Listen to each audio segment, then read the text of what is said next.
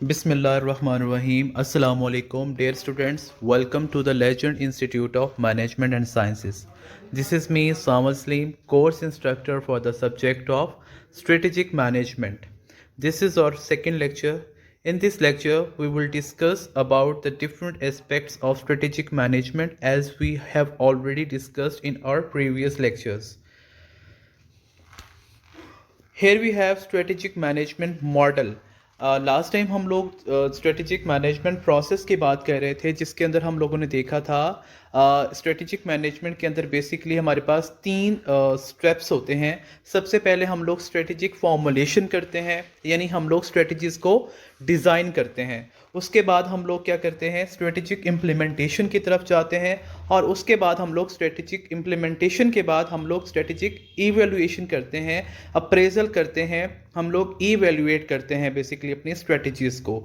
अब इन तीनों स्टेप्स को करने से पहले हमारे पास एक होता है स्टेप जिसको हम लोग इन्वायरमेंटल स्कैनिंग का नाम देते हैं, या जिसको हम लोग इन्वायरमेंटल एनालिसिस का नाम भी दे सकते हैं। उसके अंदर हमारे पास दो चीज़ें होती हैं। उसके अंदर एक हमारे पास इंटरनल ऑडिट होता है और एक एक्सटर्नल ऑडिट होता है। एक्सटर्नल ऑडिट और इंटरनल ऑडिट बेसिकली आपके इन्वायरमेंटल स्कैनिंग्स हैं, इन्वायरमेंटल एनालिसिस है आपकी मार्केट का, आपके बिजनेस का।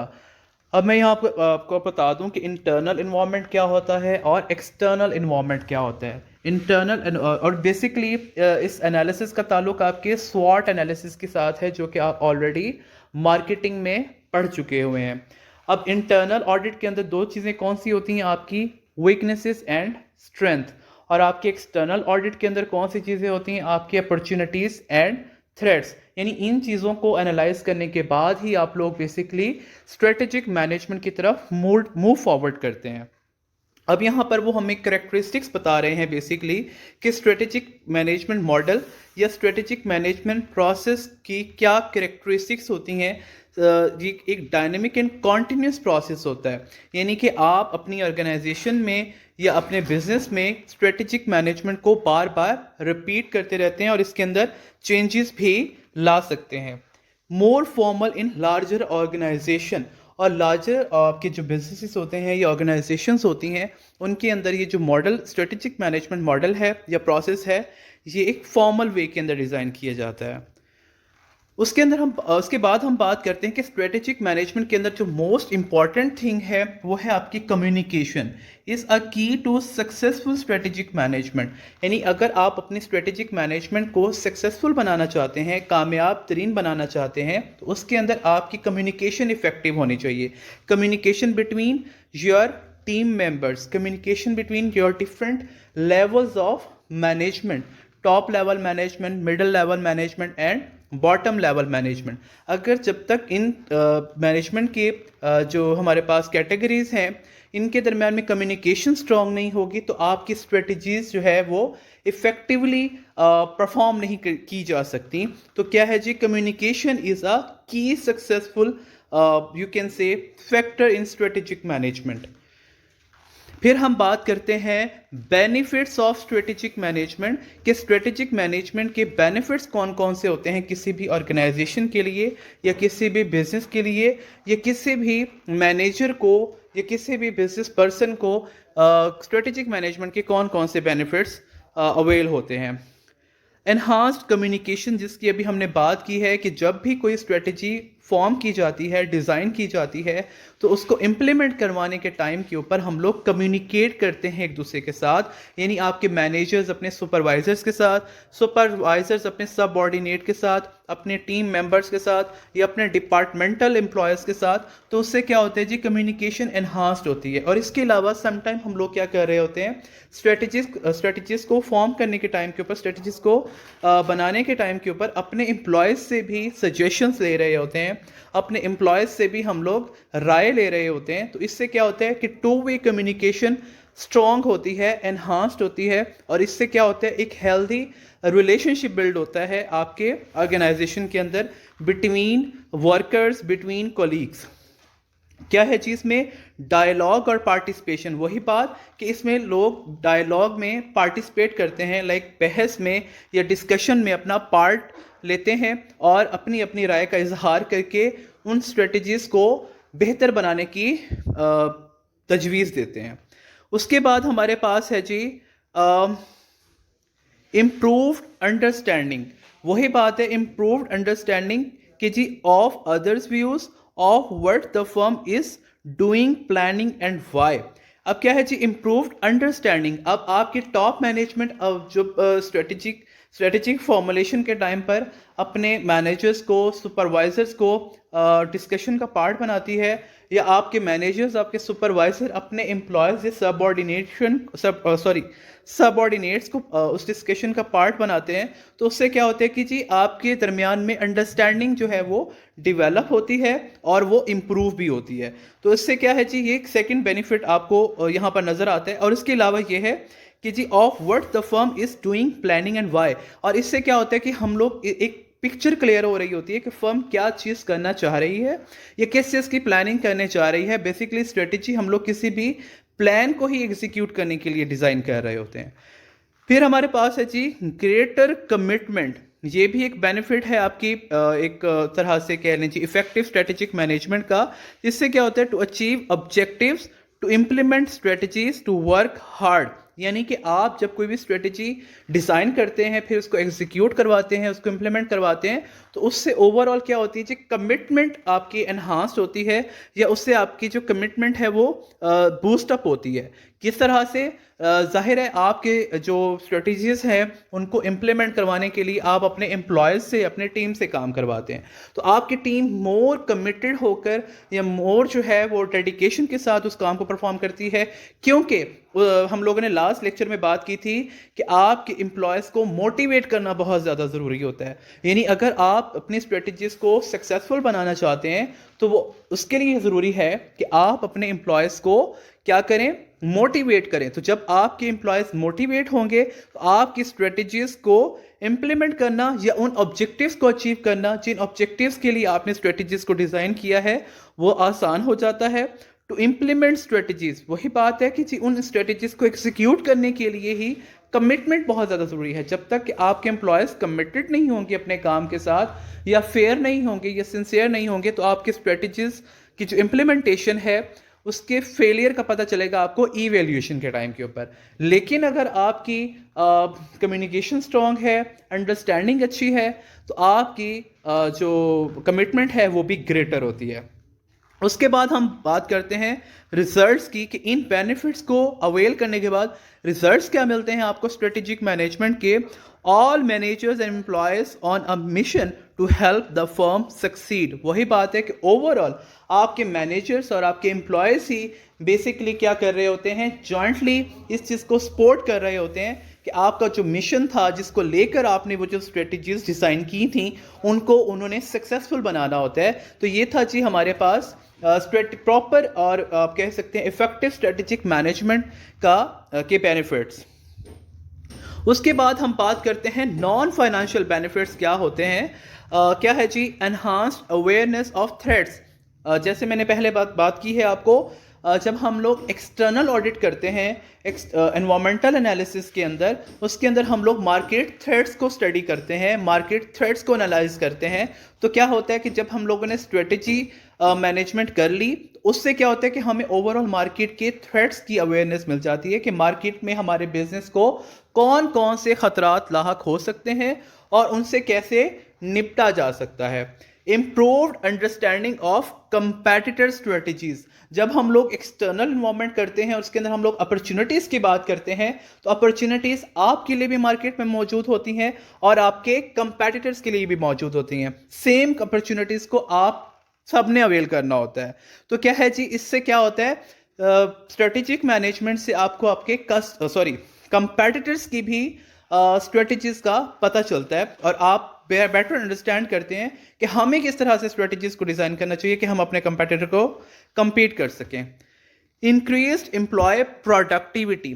प्रॉपर जब आप लोग इफेक्टिव स्ट्रेटेजिक मैनेजमेंट करते हैं और उसको एग्जीक्यूट करवाते हैं, तो उससे आपके एम्प्लॉयज की प्रोडक्टिविटी भी एनहांस होती है। प्रोडक्टिविटी मीन्स उनकी प्रोग्रेस, उनकी परफॉर्मेंस और उनके काम करने की जो एबिलिटीज होती हैं वो क्या होती हैं जी, पॉलिश होती हैं।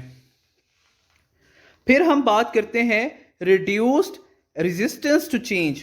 रेजिस्टेंस टू चेंज का मतलब ये है कि आप अगर इफेक्टिव स्ट्रेटजीज डिजाइन कर लेते हैं एक ही टाइम के ऊपर, आपको क्या है जी, बार बार उन स्ट्रेटजीज को चेंज नहीं करना पड़ता। और ये हमें तब पता चलता है जब हम लोग एट द एंड इवेल्युएशन करते हैं, अप्रेजल करते हैं रिजल्ट्स को, जो हमने स्ट्रेटजीज एग्जीक्यूट करवाई भी होती हैं, इम्प्लीमेंट की होती हैं। उसके बाद जब हम लोग उसके इवेल्युएशन की तरफ जाते हैं, तब हमें ये पता चलता है कि हमें इसको रीटेक करने की ज़रूरत है, या हम लोगों की जो स्ट्रेटजीज है वो एक लॉन्ग लास्टिंग टाइम पीरियड के लिए इसको चलाया जा सकता है। Clearer understanding of performance reward relationship, वही बात है कि आपको प्रॉपर स्ट्रेटेजिक मैनेजमेंट से ये पता चलता है कि आपने अपने एम्प्लॉयज़ को किस तरह से कंपनसेट करना है इन फॉर्म ऑफ रिवॉर्ड। कि अगर आपके स्ट्रेटजीज को इम्प्लीमेंट करने में आपके एम्प्लॉयज सक्सेसफुल रहते हैं, आपकी टीम, आपके जब सबऑर्डिनेट हैं वो उसको बेहतर तरह से एग्जीक्यूट करने में कामयाब हो जाते हैं, तो आप भी उनको क्या करते हैं, रिवॉर्ड देते हैं, इनाम देते हैं इन फॉर्म ऑफ कंपनसेशन। और हमारे पास रिवॉर्ड की भी डिफरेंट काइंड्स होती हैं, जिनमें आप मॉनिटरी रिवॉर्ड्स भी दे सकते हैं, नॉन मॉनिटरी रिवॉर्ड्स भी दे सकते हैं। लाइक इसके सिंपल सी एग्जांपल ये है कि जी words of appreciation, clapping, awards, prizes, cash prizes, ये तमाम चीज़ें आपके रिवॉर्ड के अंदर आती हैं। Enhance problem prevention capabilities, strategic management का एक फ़ायदा ये भी है कि आपके अंदर ऐसी सलाहियतें पैदा होती हैं कि आप लोग प्रॉब्लम से निपटने के लिए डिफरेंट सॉल्यूशंस को फाइंड आउट करने की आपके अंदर सलाहियत पैदा हो जाती है। तो क्या है जी, स्ट्रेटेजिक मैनेजमेंट एक तरह से ऐसी प्रैक्टिस है जो आपको हर तरह की प्रॉब्लम से कॉप करने के अंदर हेल्प आउट करती है। फिर हम बात करते हैं why some firms do no strategic planning, यानी कि मोस्ट ऑफ द फर्म्स जो होती हैं वो ऐसे ही अपने बिजनेस को चलाए चले जा रही होती हैं विदाउट स्ट्रेटेजिक प्लानिंग। और हम ये देखेंगे कि वो स्ट्रेटेजिक प्लानिंग क्यों नहीं करते, क्योंकि किसी भी बिजनेस के लिए strategic management, strategic planning most important चीज थिंग होती है। लेकिन कुछ फर्म्स इसको फॉलो नहीं भी करती। क्यों नहीं करती? Lack of knowledge of strategic planning, यानी उनको स्ट्रेटेजिक प्लानिंग की नॉलेज ही नहीं होती कि स्ट्रेटेजिक प्लानिंग असल में होती क्या है और इसको करना क्यों ज़रूरी होता है। तो लैक ऑफ नॉलेज की वजह से आपकी फर्म स्ट्रेटेजिक प्लानिंग नहीं करती। पुअर रिवॉर्ड स्ट्रक्चर, अब क्या है जी, अभी जैसे हमने रिवॉर्ड की बात की है, आपकी फर्म के अंदर, आपकी ऑर्गेनाइजेशन के अंदर रिवॉर्ड सिस्टम ही बिल्कुल पुअर है, तो आप स्ट्रेटेजिक प्लानिंग क्या करेंगे? क्योंकि स्ट्रेटेजिक प्लानिंग, स्ट्रेटेजिक मैनेजमेंट के लिए रिवॉर्ड बहुत ज़्यादा ज़रूरी है।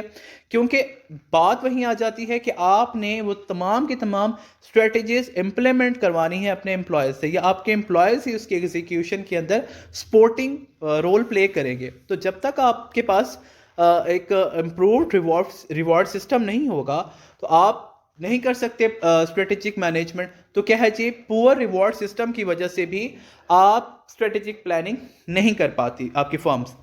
फायर फाइटिंग का मतलब क्या है कि जी आपको खतरात से निपटना ही नहीं आता। लाइक हम लोग यही बात करते हैं ना, जब हम लोग इन्वायरमेंटल स्कैनिंग करते हैं कि हम लोग ये देखते हैं कि मार्केट में कौन कौन से थ्रेट्स हैं और कौन कौन से अपॉर्चुनिटीज़ हैं, उनको अवेल करने के लिए आप लोग बेसिकली स्ट्रेटेजिक मैनेजमेंट या स्ट्रेटेजिक प्लानिंग कर रहे होते हैं।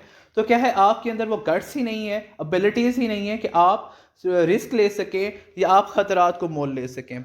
वेस्ट ऑफ टाइम, सम जो पीपल होते हैं वो ये अज्यूम करते हैं कि जो स्ट्रेटेजिक मैनेजमेंट क्या है, ये टाइम का ज़िया है, इसके अंदर सिर्फ और सिर्फ वक्त ज़ाया होता है, इसके कोई भी हमें पॉजिटिव रिजल्ट्स नहीं मिलते। टू एक्सपेंसिव, क्या है जी, टू एक्सपेंसिव भी होती है स्ट्रेटेजिक मैनेजमेंट, क्योंकि पूरा एक प्रोसेस है, पूरा एक सिस्टम है जिसको चलाने के लिए, ये जिसको एग्जीक्यूट करवाने के लिए आपको क्या करनी पड़ती है, इसके अंदर इन्वेस्टमेंट करनी पड़ती है। लाइक आपको समटाइम जब हम बात करते हैं स्ट्रेटेजिक फॉर्मुलेशन की, तो बड़े बड़े एक्सपर्ट्स से राय लेकर आपको क्या करनी पड़ती है, स्ट्रेटजीज को डिज़ाइन करना पड़ता है। तो ये एक्सपेंसिव भी है। लेजीनेस की वजह से, यानी सुस्ती और काहली की वजह से भी काफ़ी लोग स्ट्रेटेजिक मैनेजमेंट नहीं करते, क्योंकि एक टाइम टेकिंग प्रोसेस है। कंटेंट विद सक्सेस, अब क्या है जी, इसका ताल्लुक सक्सेस के साथ है, यानी कामयाबी के साथ है आपके स्ट्रेटेजिक मैनेजमेंट का। तो इस चीज़ से भी लोग अवेयर नहीं हैं। उसके बाद कुछ और पॉइंट्स हैं। फेयर ऑफ फेलियर, यानी कुछ लोग नाकामी के डर से भी स्ट्रेटेजिक मैनेजमेंट नहीं करते कि हम लोग पता नहीं सही कर भी पाएंगे या नहीं कर पाएंगे। ओवर कॉन्फिडेंस, कुछ लोग क्या समझते हैं कि हमें स्ट्रेटेजिक प्लानिंग या स्ट्रेटेजिक मैनेजमेंट की ज़रूरत ही नहीं है, हम लोग जो डिसीजंस लेते हैं वो बिल्कुल सही डिसीजंस लेते हैं, यानी ओवर कॉन्फिडेंट होते हैं वो अपने काम के लिहाज से या अपने जो भी पॉलिसीज़ होती हैं उनके लिहाज से। तो वो क्या करते हैं जी, वो ये समझते हैं कि जी स्ट्रेटेजिक प्लानिंग की हमें ज़रूरत नहीं है। बैड एक्सपीरियंसेस की वजह से कुछ लोग जो है स्ट्रेटेजिक प्लानिंग समटाइम उनकी क्या हो जाती है, अनसक्सेसफुल रहती है। लाइक उनका ये एक्सपीरियंस होता है कि उन्होंने पहले की होती है तो वो कामयाब नहीं रहती, तो उस एक्सपीरियंस को देखते हुए भी क्या करते हैं जी, वो दोबारा से स्ट्रेटेजिक प्लानिंग की तरफ इन्वॉल्व नहीं होते। सेल्फ इंटरेस्ट, अच्छा सेल्फ इंटरेस्ट की भी कमी की वजह से क्या होता है जी, आप स्ट्रेटेजिक प्लानिंग के अंदर इन्वॉल्व नहीं होते या स्ट्रेटेजिक प्लानिंग की तरफ आप लोग नहीं आते या आपकी फर्म्स नहीं आती। Fair of the unknown, fair of the unknown का मतलब ये है कि आप लोग अनसर्टेनिटी से डर रहे होते हैं कि पता नहीं क्या होगा, कि हमारी स्ट्रेटेजिक प्लानिंग जो है वो कामयाब होगी या फिर नहीं होगी। Honest difference of opinion, honest difference of opinion का मतलब यही है कि जैसे हमने स्टार्ट में बात की है कि स्ट्रेटेजिक मैनेजमेंट के अंदर communication is the most important की एलिमेंट। तो क्या है जी, यहाँ पर जब आपके डिफरेंट लोग अपनी अपनी राय देते हैं तो उसके अंदर क्या पाए जाते हैं, कॉन्फ्लिक्ट्स भी पाए जाते हैं, डिफरेंसेस पाए जाते हैं। तो उस चीज़ से भी बचने के लिए क्या करते हैं, स्ट्रेटेजिक प्लानिंग की तरफ लोग नहीं आते। फिर हम बात करते हैं जी स्ट्रेटेजिक प्लानिंग के पिटफॉल्स क्या है, कौन कौन से इसके अंदर हम लोग देखते हैं। Strategic planning is an involve complicated and complex process that takes an organization into unexplored territory। अब क्या है जी, ये एक कॉम्प्लेक्स प्रोसेस होता है क्योंकि इसके अंदर बहुत सी टेक्निकलिटीज़ को देखना पड़ता है, बहुत सी ऐसी चीज़ों को आप लोग एनालाइज कर रहे होते हैं जिनको कोऑप करना समटाइम क्या होता है जी, इम्पॉसिबल भी होता है। तो इसलिए हम कह सकते हैं जी, ये एक तरह से इसका एक बहुत बड़ा चैलेंज है स्ट्रेटेजिक प्लानिंग का, कि ये कॉम्प्लेक्स प्रोसेस है और इसके अंदर बहुत ज़्यादा कॉम्प्लिकेशंस पाई जाती हैं। अब क्या है, हम बात करते हैं इफेक्टिव स्ट्रेटेजिक प्लानिंग के अंदर कौन कौन सी चीज़ें होनी चाहिए या कौन कौन सी चीज़ें होती हैं। A people process more than a paper process. अब इफेक्टिव जो स्ट्रेटेजिक प्लानिंग है, प्रोसेस है, उसका ताल्लुक आपके पेपर वर्क के बजाय पेपर वर्क के बजाय पीपल वर्क है। लाइक इसके अंदर आपके इंडिविजुअल्स ज़्यादा इन्वॉल्व होते हैं क्योंकि इंडिविजुअल्स इसके अंदर अपने डिसीजन मेकिंग कर रहे होते हैं और अपनी अपनी सजेशंस इसमें दे रहे होते हैं रिगार्डिंग द बिजनेस सिचुएशन। तो क्या है, पेपर वर्क इसमें कम होता है जबकि इसमें पीपल वर्क ज़्यादा होता है। अ लर्निंग प्रोसेस, जाहिर सी बात है कि आप इसके अंदर जब स्ट्रेटेजिक फॉर्मुलेशन करते हैं, इम्प्लीमेंटेशन करते हैं, देन इवेल्यूएशन करते हैं, तो उसमें आपको हर स्टेप के ऊपर एक चीज़ जो है वो लर्न करने का मौका मिल रहा होता है कि आपको हर स्ट्रेटेजी के टाइम के ऊपर, फॉर्मुलेशन वाले स्टेप के ऊपर, इम्प्लीमेंटेशन वाले स्टेप के ऊपर या इवेल्यूएशन वाले स्टेप के ऊपर आपको ये पता चल रहा होता है कि हम लोग क्या इसमें गलती कर रहे हैं, ये क्या चीज़ हम लोग अवेल कर रहे हैं। तो ये तमाम चीज़ें लर्निंग का ही पार्ट है। वर्ड सपोर्टेड बाय नंबर्स, अब यहाँ पर क्या है, वर्ड सपोर्टेड बाय नंबर्स। जैसे मैंने पहले बात की है कि ये क्या है, एक पीपल प्रोसेस है रादर देन पेपर प्रोसेस। तो यहाँ पर क्या है, वर्ड सपोर्टेड बाय नंबर्स। यहाँ पर यानी कि जितने ज़्यादा आप इसमें सजेशंस देंगे या जितने ज़्यादा आप इसमें पार्टिसिपेशन करेंगे in form of your experiences, in form of your ideas, तो क्या है जी, ये ज़्यादा इफेक्टिव होगी आपकी strategic planning. Simple and non routine, क्या है जी, आपकी स्ट्रेटेजिक प्लानिंग को एक ही रूटीन के ऊपर नहीं चलाया जा सकता, आप इसके अंदर एडिशंस या वेरिएशंस भी करते चले जाते हैं टाइम टू टाइम। जाहिर सी बात है कि स्ट्रेटेजिक प्लानिंग जो है वो डिपेंड करती है आपकी सिचुएशन के ऊपर, बिजनेस सिचुएशन के ऊपर, मिशन के ऊपर और विजन के ऊपर। अब हर बिजनेस का मिशन और विजन जो जब डिफरेंट होता है तो जाहिर सी बात है उसकी स्ट्रेटेजिक प्लानिंग भी डिफरेंट होती है। और एक बिजनेस के अंदर भी समटाइम हम लोग डिफरेंट पर्सपेक्टिव के लिए स्ट्रेटेजिक प्लानिंग कर रहे होते हैं। तो क्या है जी, एक नॉन रूटीन प्रोसेस होता है ये।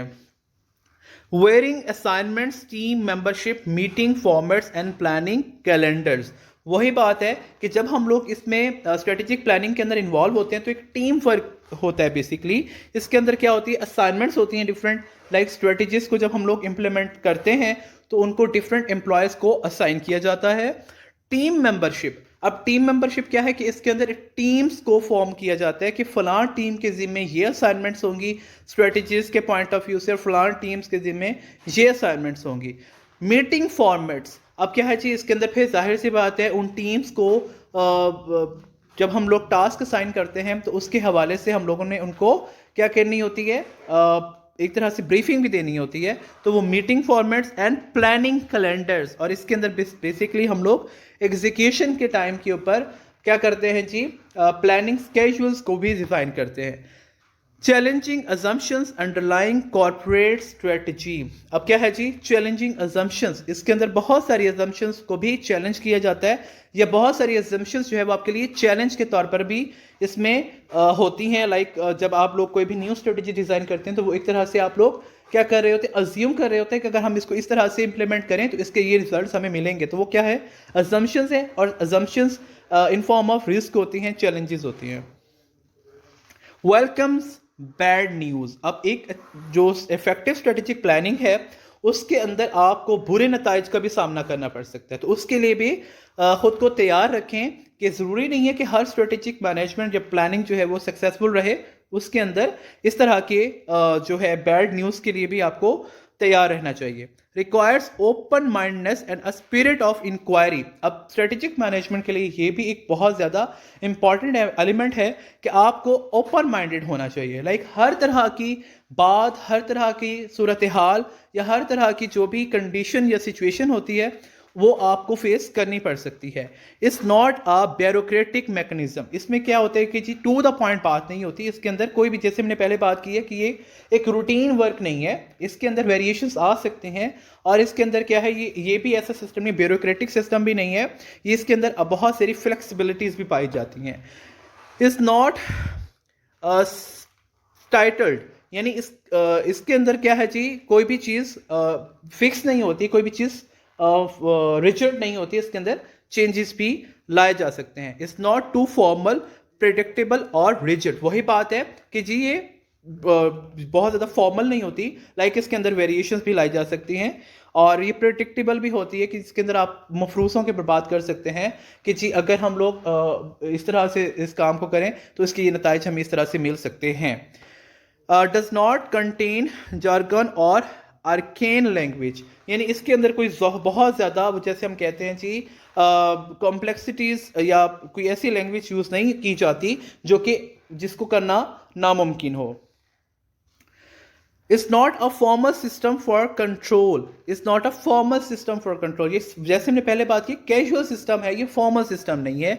डज नॉट डिसरिग्रेट क्वालिटेटिव इंफॉर्मेशन, इसके अंदर क्वालिटेटिव इंफॉर्मेशन को रिगार्ड नहीं किया जा सकता, यानी जिसके अंदर आपकी क्वांटिटेटिव डाटा भी होते हैं और क्वालिटेटिव डाटा भी होता है। Is not control by technicians, यानी आपकी स्ट्रेटेजिक मैनेजमेंट को आप टेक्नीशियंस से कंट्रोल नहीं कर सकते, बल्कि आप इसको डिफरेंट स्ट्रेटजीज से ही इसको कंट्रोल किया जा सकता है। That does not pursue too many strategies at once, और इसके अंदर एक ये भी बात का ख्याल रखना चाहिए जब आप स्ट्रेटेजिक मैनेजमेंट करते हैं कि उसके अंदर बहुत ज़्यादा स्ट्रेटजीज की भरमार नहीं होनी चाहिए एक ही टाइम के ऊपर। Continually strengthen the good ethics is good business policy, और इसमें इस बात का भी ख्याल रखना चाहिए कि जब आप लोग स्ट्रेटजीज को डिज़ाइन करें तो उसके अंदर एथिक्स का ख्याल रखना चाहिए, क्योंकि एथिकल मैनर्स के अंदर या एथिकल कंसिडरेशंस के साथ आप लोग गुड बिजनेस को रन कर सकते हैं। तो ये था जी आज का हमारा टॉपिक, जिसके अंदर हम लोगों ने स्ट्रेटेजिक मैनेजमेंट मॉडल, उसके बेनिफिट्स, उसके पिटफॉल्स और उसके इफेक्टिवनेस की बात हम लोगों ने की है। आई होप कि आपको आज का लेक्चर समझ आया होगा। इसको आप लोगों ने रिव्यू करना है, इसके नोट्स बनाने हैं और इसको जूम मीटिंग के ऊपर डिस्कस करना है अगर कोई क्वेश्चन हो आपका। Thank you so much.